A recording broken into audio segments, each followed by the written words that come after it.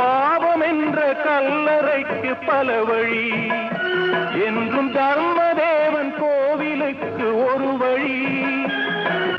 பாவம் என்ற கல்லறைக்கு பல வழி என்றும் தர்மதேவன் கோவிலுக்கு ஒரு வழி. இந்த வழியொன்றுதான் எங்கள் வழி என்று நாம் நேர்மை ஒரு நாளும் தவறாமல் நடை போடுவோம். ஒன்றே குலம் என்று பாடுவோம், ஒருவனே தேவன் என்று போற்றுவோம்.